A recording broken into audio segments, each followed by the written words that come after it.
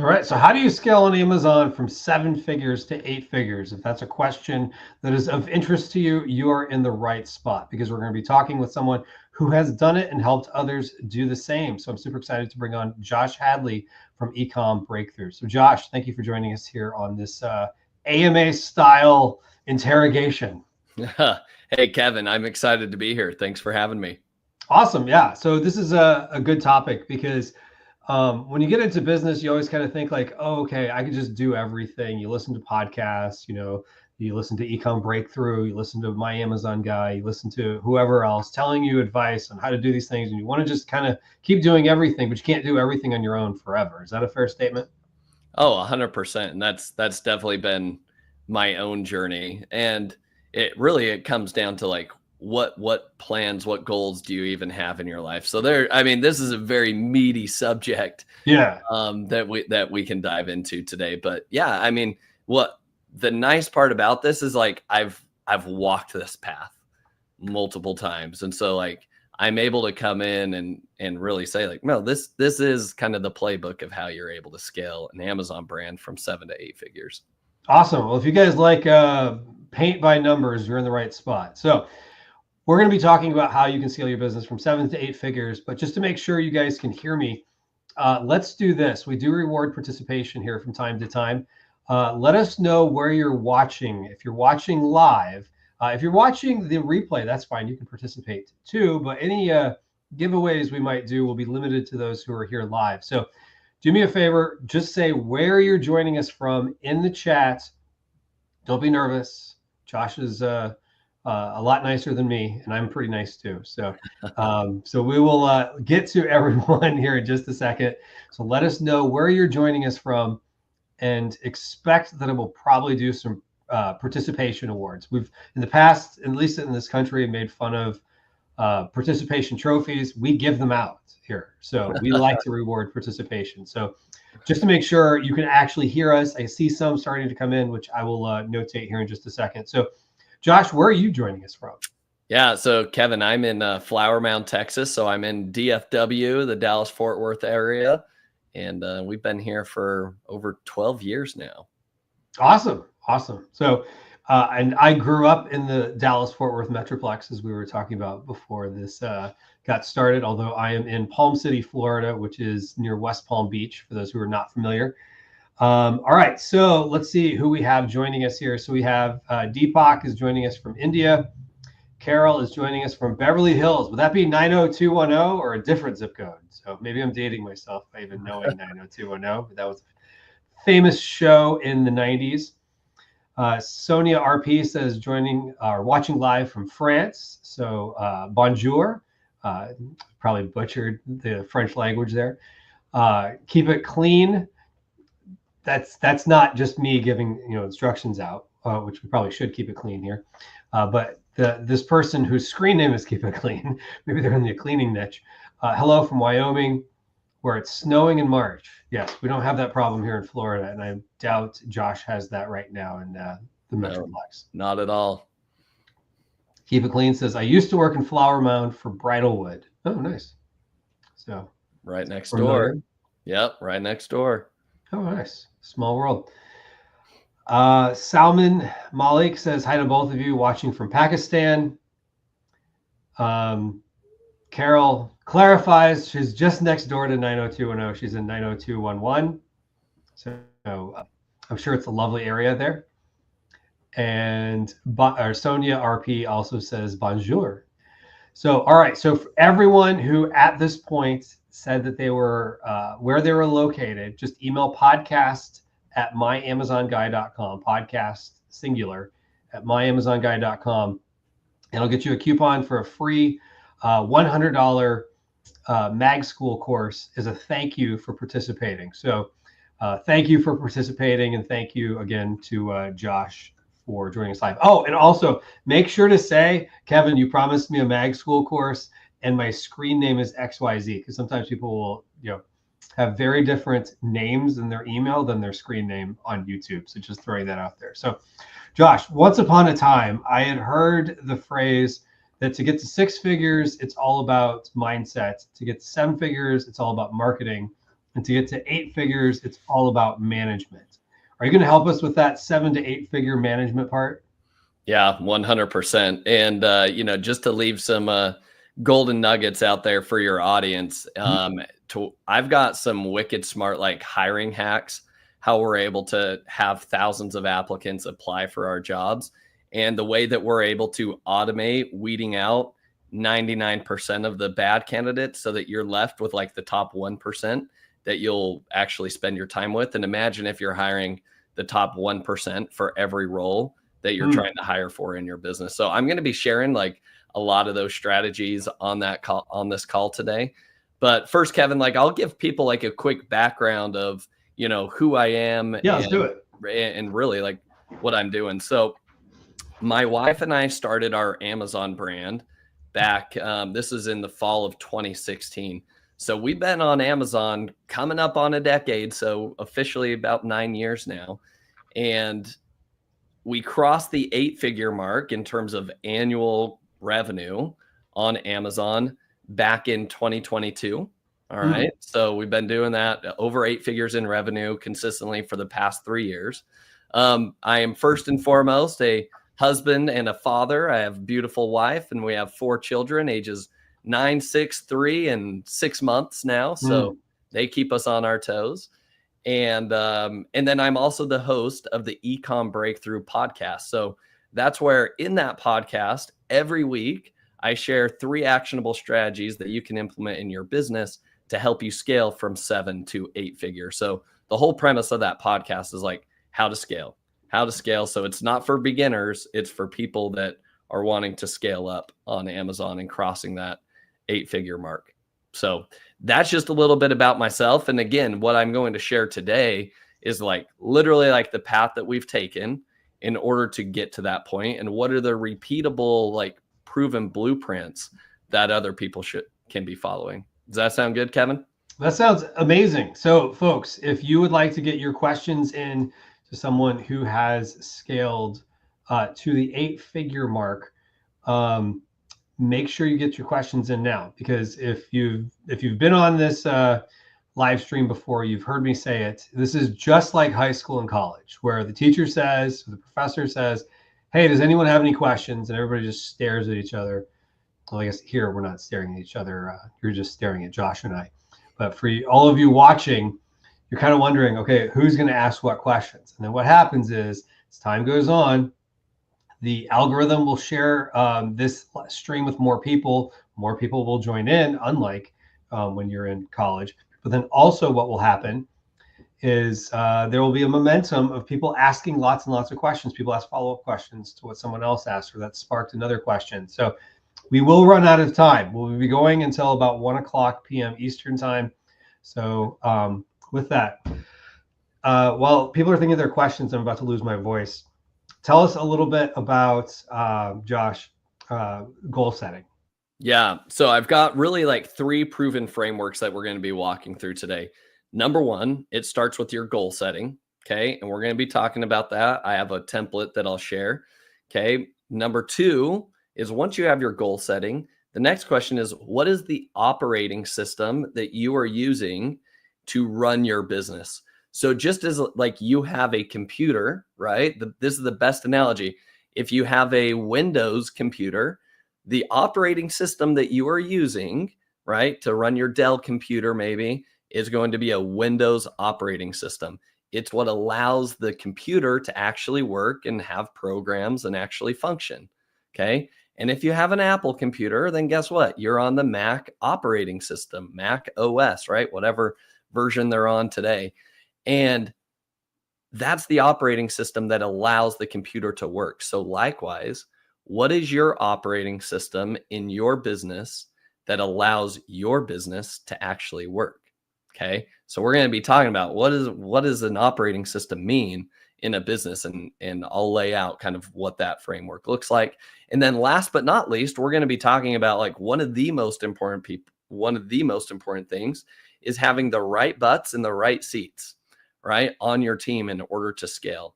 It begins to become all about the who on your team the further you start scaling up your business. And now, as we've scaled past 8 figures and we look to go to 9 figures next, I know the one core constraint in our business is hiring exceptional people. And so that is like the big thing that I'm focused on right now, is like, how do you get really, really good at that? Because that's how you're able to scale to 9 figures. Sounds like the $1 million question. So, all right. So folks, and if you have questions, drop them into the chat. I know probably as we start this conversation, it's going to spark questions. The more specific your question, the more actual advice and actionable it will be. But Sidra asks a good starting question. Any advice? Which I will let you take that in any direction you would like. Yes, lots of advice. Wait, sorry. I think I missed there. There was a follow-up starting to, what's your take on Amazon's recent update regarding all the third-party service providers must be registered on the SPP service provider portal? Do you have an opinion on that one, or do you want me to jump in on that? No, I have no opinion, and it's not relevant to scaling. So I don't think that's worth our time. All right, I'll let you. We'll jump on to something else. So, all right, I will say this: don't take it for granted. I'll just say that for the person that asked the question. Jump in and follow up more. Anyway. Yep. All right. So, Kevin, I'm sharing my screen here. If you want to add that to the stream. Yes, and I apologize to everyone that I have a cough drop in right now. All right, perfect. Okay, so what I'm sharing with you all here is this is the number one goal template that we use. So one of the most important things I think that business owners that are currently at 7 figures or even at 6 figures is you need to make the decision, like, what type of business do you want to have? Okay. You may say that, oh, I would love to have an 8-figure business. The question then comes to be, okay, if you want to have an 8-figure business, that requires you to actually be a CEO, to be able to manage people, to be able to build out an org chart. So that's the first question I would have you ask yourself. Like, do you want to use that? Do you want your business to be just like a lifestyle business where you have a couple VAs that are working for you? If that's the case, that's fine. However, know that your upside is going to be limited and it will be very difficult for you to reach 8 figures. Now, as AI advances and there's more AI bots that could act as employees, right? Maybe that changes. And I think we start to see like 8-figure companies and even a 9-figure company that doesn't have any employees, right? But that's beside the point. In general, 99% of businesses, in order to get to 8 figures, it has to be about managing people, having good team members on there. But first, you have to make that decision. Like, do you want to manage people? And there's oftentimes, the reason I say this is an important thing to ask yourself. Oftentimes, a lot of the entrepreneurs I speak to say, oh, I don't want to manage people. That doesn't sound fun. I just love being able to just kind of like make money on the side. I'm working from my laptop anywhere. I don't have any time constraints. I don't have any meetings on my calendar. That's fine. But like, if you do that, make sure you're making a very conscious decision that that's the plan, that's the path that you want to take. But let's say you're like, hey, no, I do want to scale this thing. I think that we could go to 8 figures and maybe this could even become a 9-figure brand. Maybe we could hit the $100 million in revenue mark. So what do you have to do? This is what we do on an annual basis, okay, is we will list what is our one main objective, okay? So what is our main big goal for the entire year, okay? So if your goal is to get, let's say you're at 5 million and you want to get to 10 million, okay? So if that's your goal for the year of 2025, then what you're going to do next is like, all right, so share with me, what are your 3 priorities that are going to allow you to reach that goal of going from 5 to 10? Because yes, it's important to say like, hey, I have a goal. I want to get to 10 million. Okay.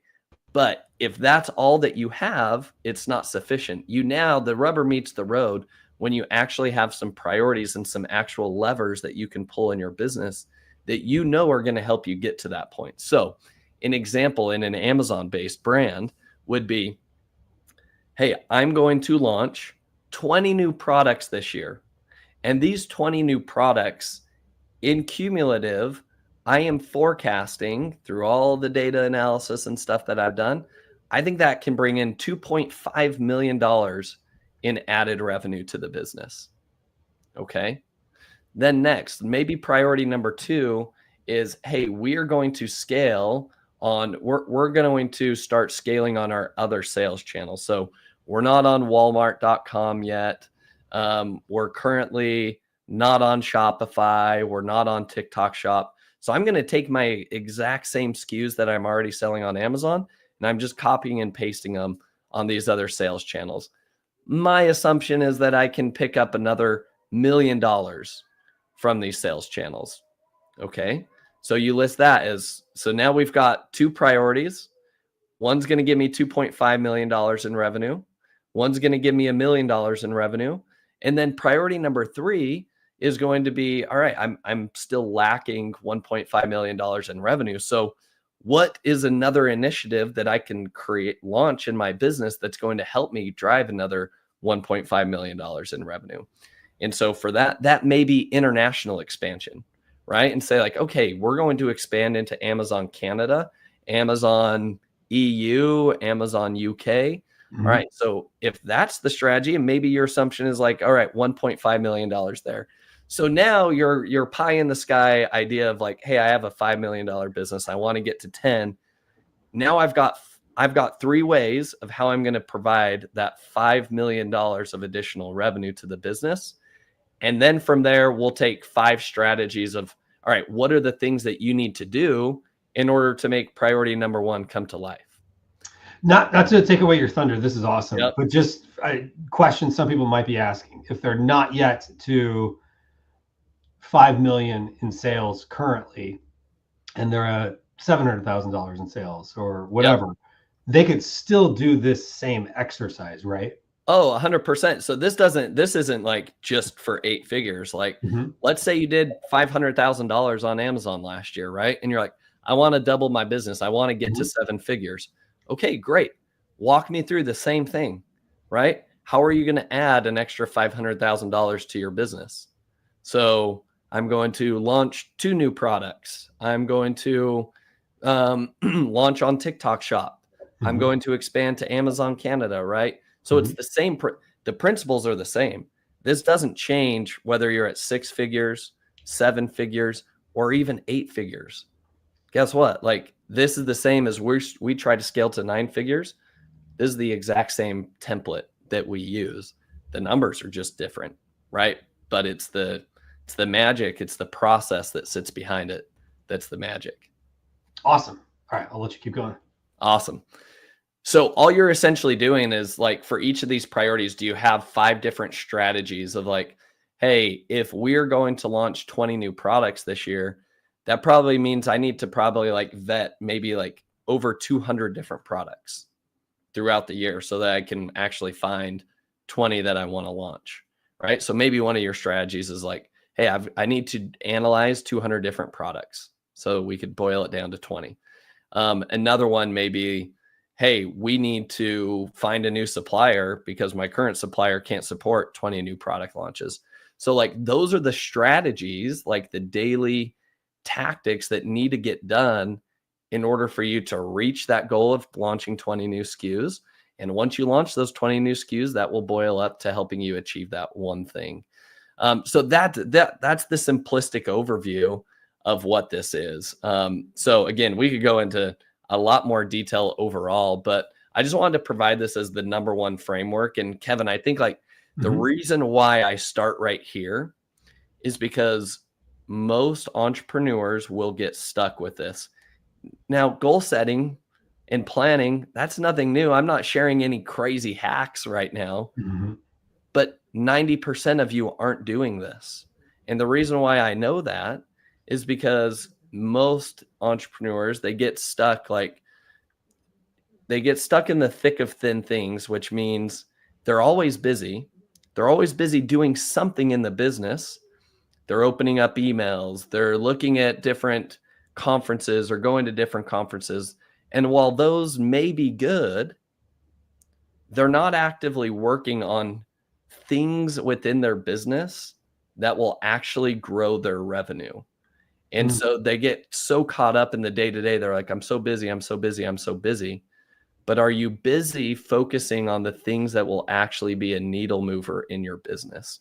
And so after you lay out these 3 priorities and your strategies, you should know every day what you should be working on.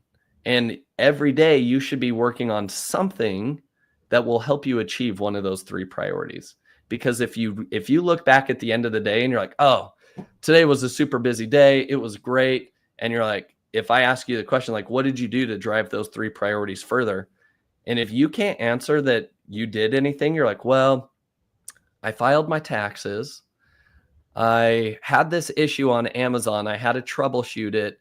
The GL codes were messed up. I had to change this browse node, and my ads, I had to tweak my ads a little bit. And then I got a bunch of different emails. I had to filter out all the emails. I had to reply to suppliers. I had to initiate some payments to suppliers. Guess what? Those are all good things in the business. But Kevin, my question to you is, are any of those things actually going to drive revenue, future revenue in the business? That is a good point. That is the analogy of, are you putting out fires or planting seeds? And all of those are fires, it sounds like. 100%. And that's where most entrepreneurs get stuck. They're busy. They are doing things in their business, but they're not doing the things that are going to lead to future growth and revenue in their business. And that's why they get frustrated. Like, why can't I scale past $1 million. Why can't I get past this $2 million hurdle? In fact, I'm starting to go backwards. Like the number of entrepreneurs that I've spoken to lately that are actually in a decline mode, they've lost $500,000 every year for the last 2 years on Amazon. And it's because I asked them, like, well, what are you doing? They're like, well, I've hired a bunch of these people and I only work like 10 hours a week now. Like, I'm like, well, no wonder. Like, no wonder you're not actually, like, you're looking at emails from people, but you're not actually doing anything that's going to drive future growth in the business. So I love what the analogy you use, Kevin, which is like, what seeds are you planting, right? Mm-hmm. Finding a new product opportunity on Amazon is like planting a seed because that new product will not be producing revenue or profit for at least 6 to 9 months, right? But if you don't take the action today to go find that product and then go work with your supplier to get the quotes and then go back and forth on the samples and then actually launch that product, if you don't do all of those in between steps, no wonder you're not going to grow. So, Kevin, does that make sense? Do we have any questions there from the audience? Yeah, so folks, if you have questions here, feel free to jump in, whether it's the process, how Josh is putting these goals and objectives together, how you might frame them for yourself. This all seems pretty straightforward, so this is good. So you've put together your goals, and you made a good point about, it might take 6 to 9 months, from the time you get the seed planted, so to speak, of like, here's the product I want to go after, before you actually start seeing revenue growth out of it. The reality is 6 to 9 months is going to happen regardless, whether or not you have that new product or new, SKUs or whatever the case may or may not happen. So how do you make sure you don't just 6 to 9 months say, yeah, but like I was caught up on my emails and, Yep. I lived the 4-hour work week that Tim Ferriss promised me. You're right. So that's where it comes into the operating system. Okay. So now let's talk about what is this operating system within a business. And really an operating system boils down to 2 basic things. What does your communication system look like? Okay. Within your business, and how do you hold people accountable to the goals? Period. That is as simple as the operating system really is. So let's talk about that. Let's dive into a little bit more granular detail. So if I'm wanting to install an operating system and drive my team forward to having success, okay, and accomplishing these goals, then what's our meeting cadence? So this is our meeting cadence within our business. On Mondays, every team member will have what we call our 411. Okay. The reason why we call it a 411 is because on average, every month has about 4 weeks in it, right? Some of them have 5, but on normal, we got 4 weeks. You have one goal for the month and you've got one quarterly goal. So 411. So I've got my quarterly goal. I have my monthly goal. Here's how I'm breaking down these goals to achieve them over these 4-week periods. So every week we come in and the team member will present to me, here are the things that I accomplished last week. Here are the things that are currently on my bucket or on my to-do list for this week. And here is how they apply to achieving our monthly goal. And if we can achieve this monthly goal, this will allow us to achieve our quarterly goal. So as a simple example, like my product research and development manager, when I have my 411, one of the key things is like, how many new product ideas did you find this last week? And her goal every week is 20 new product ideas every single week. Okay. And it's like, did you find them? Okay, great. And then we know then once every quarter, we're going to take all of these ideas and then we're going to boil them down. And we're going to we boil it down to like, here are our top 10 out of all of these product ideas that we have found over the past 12, 13 weeks. Here are the top 10, right? So as I'm meeting with her, I'm providing her guidance and saying, hey, I like this opportunity. I like how you found it. How do we find more like this, right? And so I'm coaching and I'm helping her stay focused on what is her KPI that aligns with my overall priority in the business, which is Mm. launching new products. Okay. And let's take, for example, like my supply chain manager. Okay. My supply chain manager is the one that is tasked with getting quotes and negotiating with our manufacturers. Mm. So as I meet with her, what do you think my conversation is? Okay. Well, it's, hey, we're launching 20 new products this year. Okay. How many new products did you get quotes for this week? How many of them actually met our expectations? And this is now a viable solution. Like, yes, we got decent COGS. We could actually launch this product. Okay. Well, now I have my project manager, right? Now, how am I managing my project manager? Well, with my project manager, I'm asking, how many new projects did you initiate this week that allow us to go from start, here's product idea, Mm-hmm. to the product is launched? Mm. So, how many new products did you get through that pipeline and actually get launched on Amazon? Okay. So you can see here, as I'm working with my team every Monday morning, we are level setting. Hey, this is the big goal. This is what we're trying to achieve this year.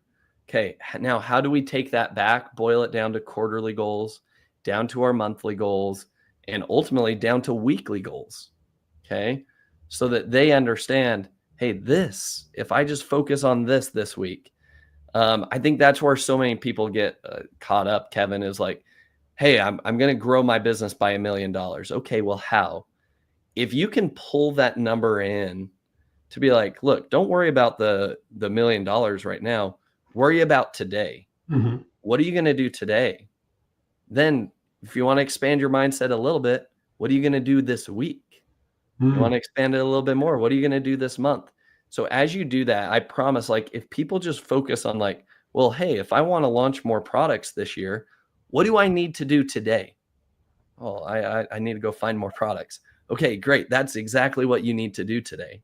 So I that's where I want people to not get caught up with like, hey, here's the big vision. That's great, but bring it back to today and what's immediately in front of you. Tackle what is immediately in front of you. So on Mondays, that's what we talk about with each of my team members. Then on Tuesdays, we will have our leadership huddle meeting. So Mm-hmm. I'll take my supply chain manager, we'll take our sales manager, and they'll show up. And this is just a 15-minute meeting. And what I Mm. ask for them is, hey, give me one win from yesterday. What was one win that you accomplished yesterday? And give me your top 3 priorities that you're going to be focused on today. And again, their top 3 priorities should be aligned with what they just talked about yesterday, right? In their 411s. And so it sets off it. We start that day with everybody in rhythm. So they don't get caught up in, well, I got all these issues that I've got to deal with on Amazon. It's like, yes, that's fine. Amazon issues are never going to go away, but those aren't going to be the things that grow your business. So we'll put those in the back burner and say, like, the number one thing I need to do is take 1 hour and actually get this quote finalized with my supplier. After I do that, all right, bring on the dumpster fires. I'm ready to go get those things done. But at least every day, I've made progress towards those goals, right? So everybody in the team's rowing in the same direction. Now, that 15-minute meeting, is that with everybody, or are you doing that individually with folks? Yeah, so it is more of like a team meeting. So it depends like Mm. how big your team is, right? So we have close to 30 people. So I'm only bringing in like our 5 senior leaders in the business Oh, gotcha. in that Okay. meeting. But then they are subsequently having a similar meeting with their own individual departments, right? So they'll have a separate 15-minute huddle with their teams. Got it. Got it. So the philosophy here, if I'm understanding correctly, is that those fires of you got to change, the browse node, or Amazon takes down a image or something. That's all going to be there regardless. Yep. But if you don't take care of the planting the seed for the future products, you're not going to grow revenue in 6 to 9 months. And it's easy to get caught up in the phone is ringing, the phone is ringing, the phone is ringing, the urgent, and you're missing out on the important, to use Stephen Covey framework. Yeah, exactly. And guess what? As your business grows and you launch more products, the amount of noise only increases. That's true. And so here's the best leadership principle to share with people, right? Mhm. Business strategy can be boiled down to one simple statement, which is being able to prioritize limited time Mhm. and option amongst unlimited options. Hmm. Okay. So being able to prioritize what am I actually going to do with my time amidst unlimited different things that I could do to grow my brand, put out fires, do blah, blah, blah, right? Unlimited possibilities. The best strategies for a business owner is really, it boils down to like who's good at prioritizing their time. And it's those that prioritize their time that grow their business because they're prioritizing the future growth of the business, not getting lost in the busy work, is what I call it. That's such a good point. All right. So, Okay. folks, if you have questions, drop them into the chat, whether it's about, scaling, the goal setting, how to prioritize your time so that you're not just caught up in the firefighting, as they like to say. And just keep in mind, we will be rewarding participation for relevant questions. So you never know. I could be rewarding you for that. So with that, I'll let Josh get to the next step here. Yeah. So we've talked about, so let's continue on that operating system framework. So Mhm. Mondays we have our one-on-one. These are 30 to 45-minute meetings with each of my team members. Okay. Mhm. Then on Tuesdays we'll have little huddle calls. Okay. And then on Wednesdays, what we'll do is we'll have a 90-minute meeting. And this comes from the EOS framework or from the book Mhm. Traction, which is called the Level 10 meeting. Hmm. Now, in this level 10 meeting, this is where the senior leaders of the business, we're talking about, hey, here's all the issues that we're dealing with in the business. How do we prioritize them? Right? And it all comes back down to prioritization. There's Mhm. unlimited issues in the business. There's Yeah. unlimited things that we can fix. So where do I want my team investing their time? Right? If you look at investing your time as you do picking a stock, you want to pick a stock that has like some upside potential in it, right? Mhm. Something that like will grow over time. Well, likewise, what are the actions that you're doing and things you're working on in your business that have the chance and opportunity to grow over time? So that's how we help prioritize. And again, it's all about alignment. Like eh, business is very simple, and being the CEO is very simple. You are nothing more than like the accountability person and you're on repeat reiterating these are the goals, this is what we're trying to accomplish, this is what we need to prioritize. Like it's the same song and dance literally every day, but you have to do that so that everybody keeps rowing in the same direction. Okay. Good point. Stephen Pope likes to call it being the chief repeating officer. Yes, that's exactly right. It's as simple as that. And Awesome. then Thursdays we'll have a similar setup to what we had on Tuesdays, where Mhm. we'll have quick leadership huddles, and then that's about it. That's kind of what the core operating system looks like in the business. Outside of that, we'll do a bigger team meeting once a month. It's like the all hands meeting, and then we'll Mhm. have a senior leadership monthly planning session where we'll plan out all the big goals for the upcoming month. So that's really how we do this on a week to week, day to day basis. Okay, so let's say somebody's listening to this and they're like, okay, I'm doing $2 million a year in sales, got a handful of VAs. Maybe one of them is a quote unquote manager, watching the other VAs.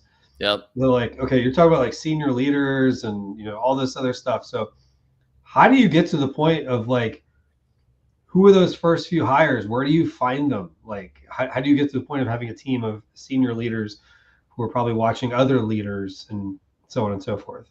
Yes, I love it. All right, perfect segue, Kevin. I'm going to share my screen again. Okay. All right, so here is the 7-step process that we walk through when we need to hire people, right? Because as I said at the beginning, it's all about the team. So number one step, Kevin, is a lot of people, they just get busy, and entrepreneurs, they're just going to go hire VAs. And personally speaking, I think that's where the biggest mistakes are made. Because when we started our business, the first thing that we did hire was a customer service representative. Maybe you can consider that a VA, but it was a very specific and defined role.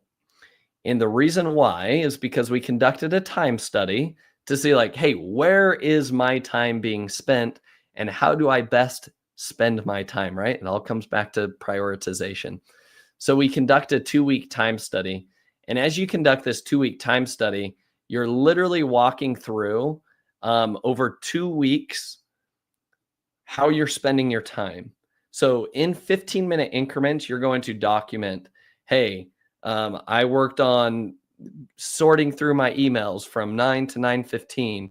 And then from 9:15 to 9:30, I was dealing with this Amazon support issue and I was opening up tickets. And then from 9:30 to 9:45, blah, blah, blah. Like, you can see how tedious this is going to get, right? And it's not fun and it is painful. However, this is going to reveal exactly who you need to hire in your business.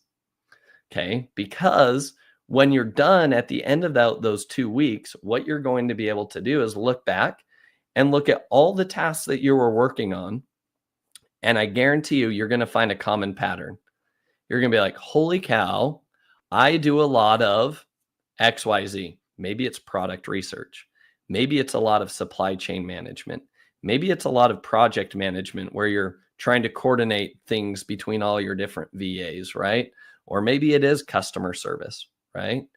Whatever is soaking up the majority of your time, as long as that is something that you're like, hey, somebody else could do this at least 80% as well as I could. That's kind of the threshold, 80%. Then that needs to be outsourced and that comes off your plate. So to like really frame this up, Kevin, really well, when we actively decided, hey, it's time to scale our brand. So I worked at American Airlines for 5 years while we were trying to grow our brand. And while we did that, I only had one other team member. It was just a virtual assistant, customer service agent, right? That was just helping us out there. But I knew that that was not the person that's going to help me scale my business. As soon as I left American Airlines and we said it's time to scale the business, that's where I knew I had to hire people that had leadership potential. Now, it didn't, like, there was nobody for them to manage, right? But I knew I needed to hire leadership potential people from the ground floor level that could rise as the brand grew. And I feel like that's what set us apart from most people that have a bunch of $3, $4 an hour VAs that can do exactly what you tell them to do, but you're going to quickly get burnt out. So what we did is I went through this time study, Kevin, and what I found as I did this is, like, the majority of my time was spent going back and forth with my wife and with Amazon Seller Central and our customer service VA that was helping us get these listings up on Amazon, and just trying to coordinate, hey, have we created the main images for this product? Have we negotiated our prices with this guy? What's our pricing? Have we created the titles, the bullets, etc.? And I was like, this is a project manager. Like, if I could just have a project manager that makes sure, like, hey, check, I'm following up with your wife, Becca, and your virtual assistant to ensure that we're doing all of these things in order to launch the product, then I've got 50% of my time back onto my plate. So guess what I did with that 50% of time, Kevin? I went to the drawing board and I kept finding new products that we could launch. Okay. And then guess what I realized after 6 months later? I was like, oh, 6 months later, where's the majority of my time going now? Wow, I'm spending all of my time finding new products. What if I hire like a research and development specialist? Okay. Mm-hmm. So I offload finding new product ideas in my business. And so really, Kevin, at the end of the day, all this has been is on rinse and repeat. Over the last 5 years, all I've done is this. Every 6 months, you do a time study. What am I spending most of my time doing that needs to be off my plate so that I can focus on growing more revenue in the business? Right? And I get that off my plate. So it was project management. It was then an R&D specialist. From there, it was hiring additional creative designers that could create additional images for us for A+ content, for listing images. Then we hired a copywriter because these were all the things that I had to do along different stages of the business. And that's how we look back and have 30 different team members 5 years later, right? Mhm. But all of these people that we hired from the get-go, they were management level people that I could then say, hey, you know, maybe you could go hire somebody else. Like as you get busier, you can now hire a team member because you're management level staff. And so those are some of the secrets. And Kevin, we can dive into, you know, how I go about hiring those people, and some of the tips and strategies that I walk through to actually. Okay, yeah, let's talk a little bit more about how you hire those folks. I think Okay. folks will find that interesting. All right, so let's go through that. All right, so first, okay, so we talked about, all right, we went through our time study, okay, and we said, hey, this is the role that needs to be hired for. So now what you need to do first and foremost is you need to create and define that role that you're looking to hire for, okay? Now, I'm going to breeze through a lot of this stuff because I have a little quick, there's a chat GPT prompt that you'll be able to use that will make this 10 times easier. Okay. But step one, you've got to list your company vision and mission. But this is probably the most important thing. And this comes to how are you going to measure whether this person is successful or not in their role? Because most people are very subjective. Well, I think my VA does a good job. How do you know? Well, he always communicates. He's quick to respond. Is that his KPI? 5-minute response times to your emails? If that's true, then that's great. Like maybe he is winning. But if you don't have KPIs, how do you know when that team member is actually winning or when they're losing? And then vice versa for that team member, how do they know when they're winning or losing in their role, right? So here's a quick example for like a supply chain role. Are we 99.5% or above in stock? Do we have an IPI score that's above 750? Do we have excess inventory that's less than 2.5%? Have you been able to help reduce our average cost of goods by 10% and our inventory storage cost by 25%? That's it. All of those numbers are black and white. You are either meeting these numbers or you are not. It's either good, green light, or red light. And so now it's very easy. Like if somebody's consistently not hitting these metrics, they know they're not winning in the job and they're probably needing to move on to another role somewhere else outside of your company, or they're crushing it and you're super happy. You're like, oh my goodness, like everything's taken care of and I can sleep well at night knowing that I'm in stock. My IPI score is good. I'm not overstocked on inventory. I'm reducing costs overall, right? And so that's the magic that sits behind all of this. So before you can hire a role, essentially what you have to do is you need to create this role profile template that I'm showing you here. This is a lot, right? But this becomes the Bible, so to speak, for this role. And this is how this team member needs to understand what their responsibilities are and how they're measured on their performance. Okay. And they need to be specific and measurable. So to make your life easier, here is a role profile template that people are welcome to use, that they can fill in the blank. And then here is my kind of chat GPT prompt, okay, or custom GPT. If you ask it, say, hey, I'm hiring a graphic designer for my e-commerce brand. If you put it in there, it will spit out a role profile that looks similar to this, but it's going to give you like 20 different KPIs that you'll be able to choose from. And again, ChatGPT is not the end all be all, but it is a place where you can get really good ideas and then you can tailor them, customize them to fit your business. So that's kind of like the number one step is like, you've got to get very clear with what this role is, what the responsibilities are, and the KPIs, key performance indicators. How are you going to measure whether they're winning or losing in their role? Okay. Awesome. So just to make sure everybody understands, you can pull out your phone or whatever, take a screenshot of this if you need to, and sign up for the role profile creation GPT, and the other one was the template. So Yep. two different ones. Feel free to pause if you need to take a screenshot, or pull your phone out and use that QR code. So two different QR codes, Josh, just to make sure I understood correctly. That's correct. 2 different QR codes there.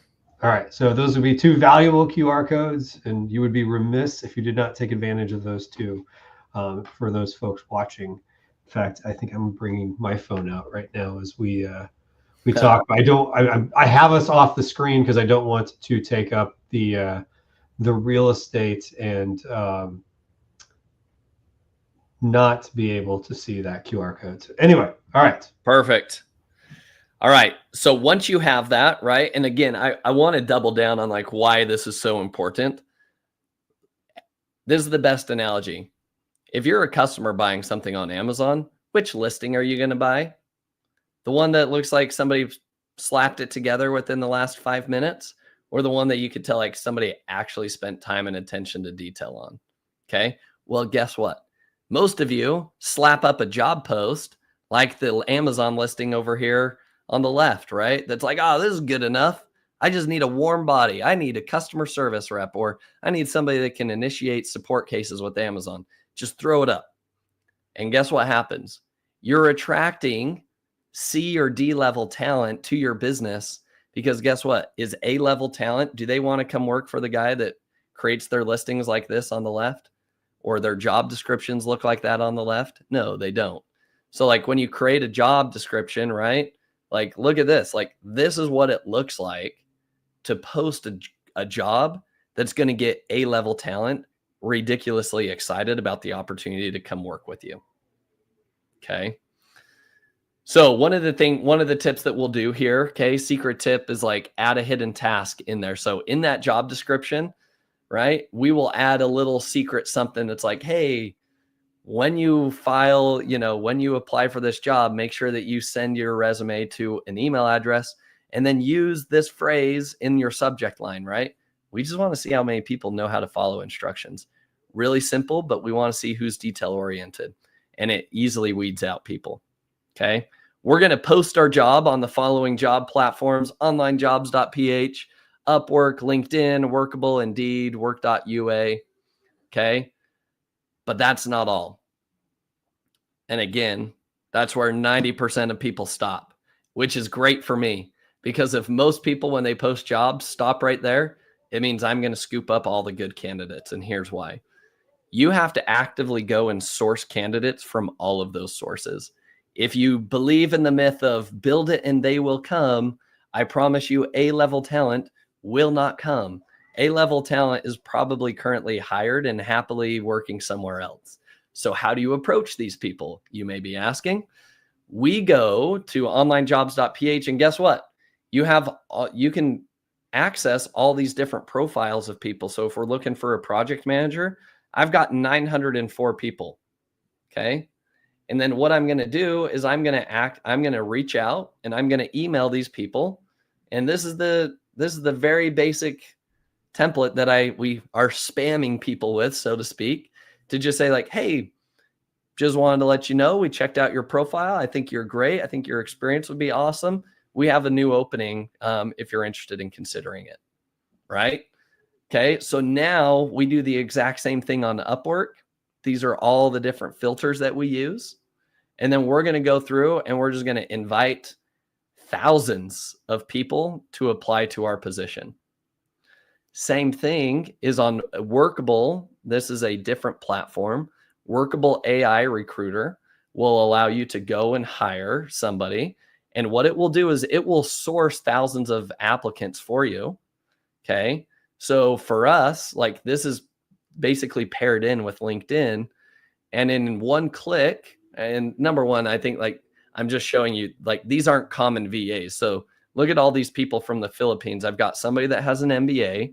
I've got somebody that has FP&A, financial planning and analysis background. I have somebody that worked at Ernst & Young, okay, but in the Philippines. Do you think these people are $3, $4 an hour VAs? Heck no. Like, these are people that you would be paying probably upwards to over $100,000 in salary for somebody here in the US, but you're probably going to get them for a third of that rate over in the Philippines, right? Like, that's the magic that sits behind this. And then on Workable, like, I can bulk invite all of those thousands of people that are found and say, like, hey, are you interested? Right? So Kevin, before we shift, this kind of the next phase that we'll get into. Any questions on that, like sourcing of candidates right now?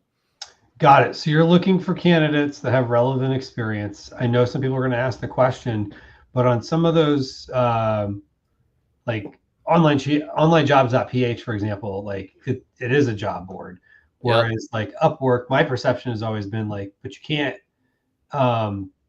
hire people as permanent employees. You can only hire them to like tasks or like temporary jobs. Or am I incorrect in that assumption? Yeah, false. So it's great that you have that assumption, because that's why so some of our best team members were found on Upwork before they became, you've probably seen the Upwork guys that have like thousands of reviews, 90% success rate plus, and they've made over $100,000 on Upwork. Great.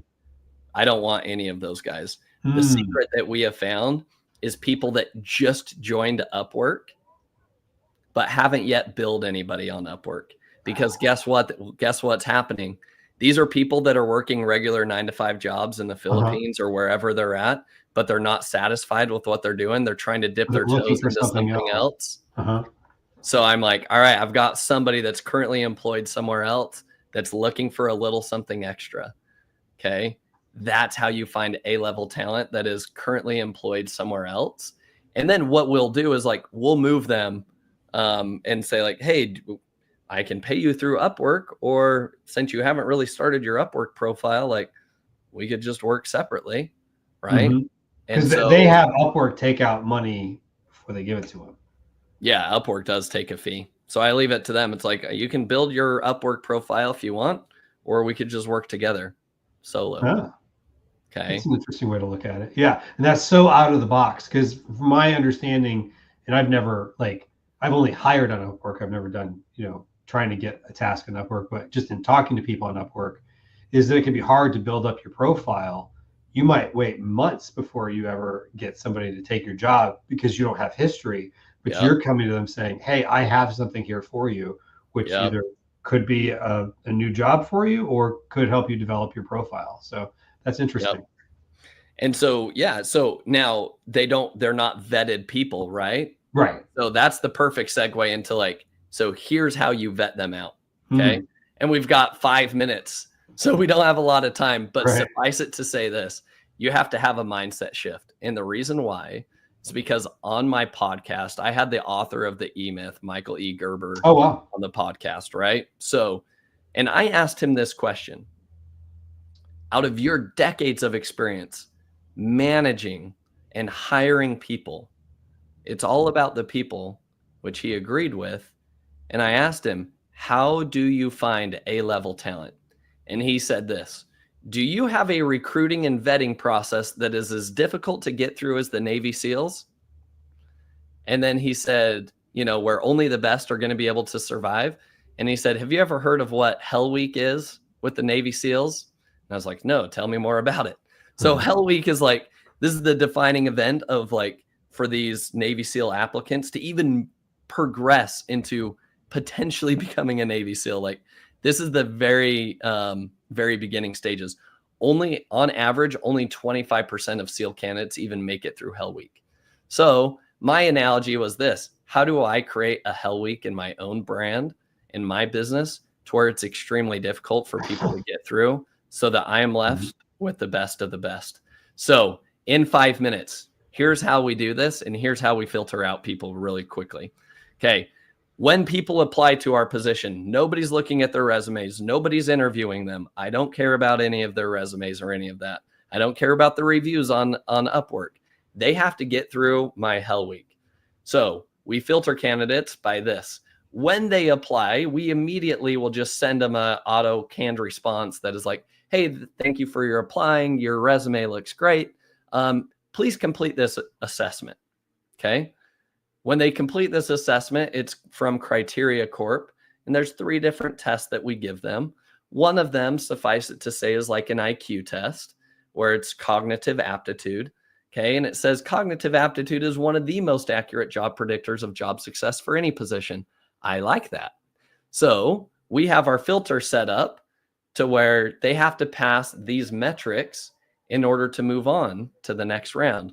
Okay. So for this next round, we have now, what you're going to find is like that filter of that assessment is going to weed out 90% of people. You're going to go from 1,000 applicants down to 100 really quick. All right. So I still don't want to review 100 resumes. How do I weed out the rest? How do we turn up the heat in this hell week? All right. So next, we give them a test project.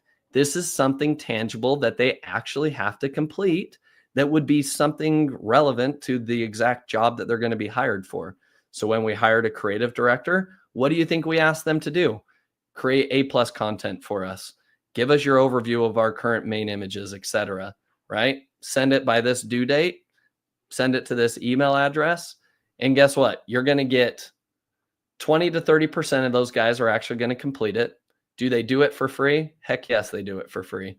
And why do I ask them to do it for free? Because guess what? When I got my job offer at American Airlines, guess what I had to do? I had to do a test project for free.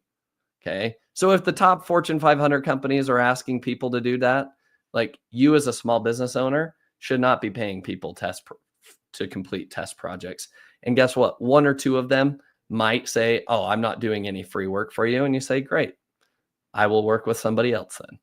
So you just move on. Okay. Then we'll group people into group interviews. Okay. So from those 20 to 30 that actually submit their test projects, we'll group people in groups of 5. In those groups, we will go around on Zoom, and it's me and it's 5 candidates on one Zoom call. And I ask them all the same questions. Okay. And we go one by one by one. Okay. I get their responses. At the end of that process, I ask each of them, I say, hey, who would you hire from this interview and why? And by the way, you can't say yourself. And so it turns up that heat. You want to put people on the spot. And what's interesting is people are naturally going to gravitate to the person who's actually the most qualified. Okay. Then step number 7, we will then do, like, from those group interviews, we're now able to weed out the other 80%. So now I'm left with my top 2 or 3 candidates. Now I'm going to do one-on-one interviews. Now I'm going to do my reference checks. So that is that in 5 minutes, that's my quick down and dirty of how we go from thousands of applicants down to being able to select the top 1 or 2 for that position. Yeah, that's awesome. Okay, so basically you really did kind of put them through a Navy SEAL Hell Week style interview process, although they weren't lifting boats or like pulling weights up off the bottom of a pool. There was a lot going on there. So, okay, so that's definitely fascinating. So, all right, so we are getting it to the end of time here, but this is super helpful. Usually we have AMA style format here, but this was very do this, do this, do this, do this, do this. So again, if folks want to learn more or follow you, where should they go? Yeah, so you could listen to my podcast. It's called Ecom Breakthrough. That's ecom with 2 M's. Okay, it's on every podcast platform. It's on YouTube, Apple, Spotify, wherever you get your podcasts, it's there. You could also visit me on my website, ecombreakthrough.com as well. Awesome. We got the link going across the screen there. And again, thank you, Josh, for coming on, and everybody watching. Thank you for joining us. This is good stuff. It's been a pleasure. Thanks again, Kevin.